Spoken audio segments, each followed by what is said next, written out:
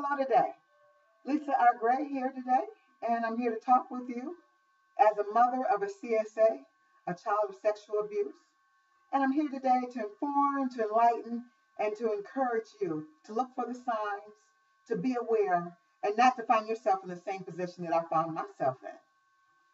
So the first thing I always want you to remember is that CSA is a violation of trust.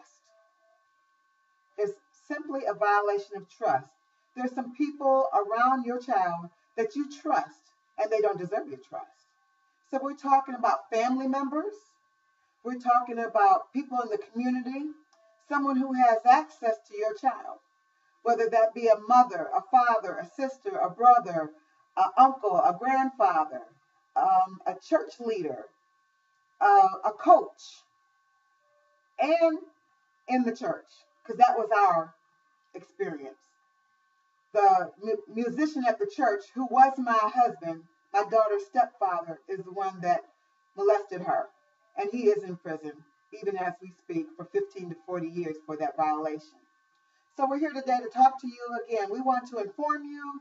We want to encourage you. We want to enlighten you on exactly what CSA is. So let's talk about that first. What exactly is sexual abuse? Well, it's fondling, it's having intercourse, it's having oral sex, or it's even having sex in front of a child. It's having a child touch an older person's genitalia, using a child in pornography, and showing X-rated books or movies to a child. And that comes straight from the American Psychological Association. So these are some of the examples of what CSA is. Now, how do you, as an informed parent, look out to see if this is happening? Number one, you have to talk with your child. You have to let your child know that it's not okay for someone to touch them, and that your child has to have a voice. They have to speak up. So many children never say no. We have to teach our children to say no. Even though they're saying no in their mind, they have to say it out of their mouth. They have to tell the violator, no, don't touch me.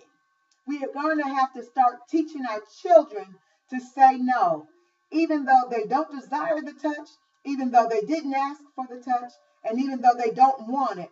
We have to give them the voice and tell them that it's okay to say no.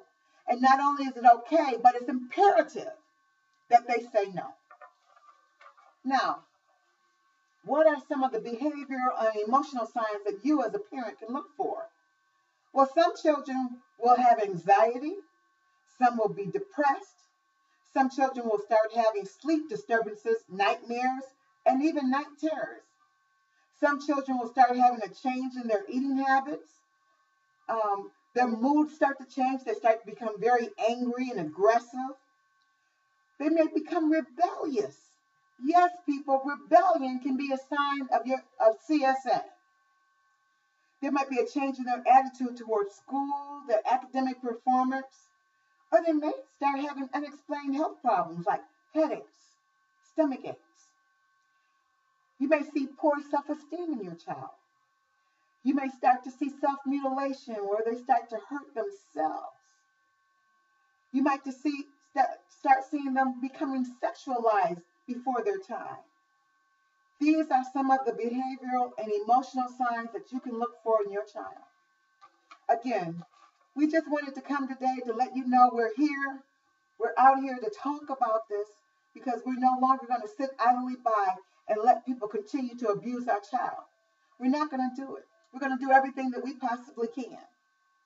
So I'm saying to you that this is a crime of people that you trust, people in your inner circle that are violating our children. We're talking about mothers, fathers, stepfathers, uncles, brothers, grandchildren, the least person that you would suspect. And that's why it's such a hideous crime. And that's why it's so hard to believe when it occurs. But we do have people that are targeting our children. And we're going to have to speak up We can no longer afford to be ashamed and to feel guilty and say, okay, we're just going to keep it and we're going to take care of ourselves. No, we're not. We're going to speak about it. We're going to talk about it, and we're going to protect our children. If you would like some further information, you can always call 1-800-4-CHILD. You can report suspected child abuse. It is not your decision to know that this is occurring, but if you have a suspicion, it's time to act. It's time to call. Pick up the phone. Help a child. Help end a child's nightmare. They're so afraid that no one would ever believe them. But if you have a suspicion, that's all you need to have. Act on your suspicion. That is the reason that J.C. Dugard is free today.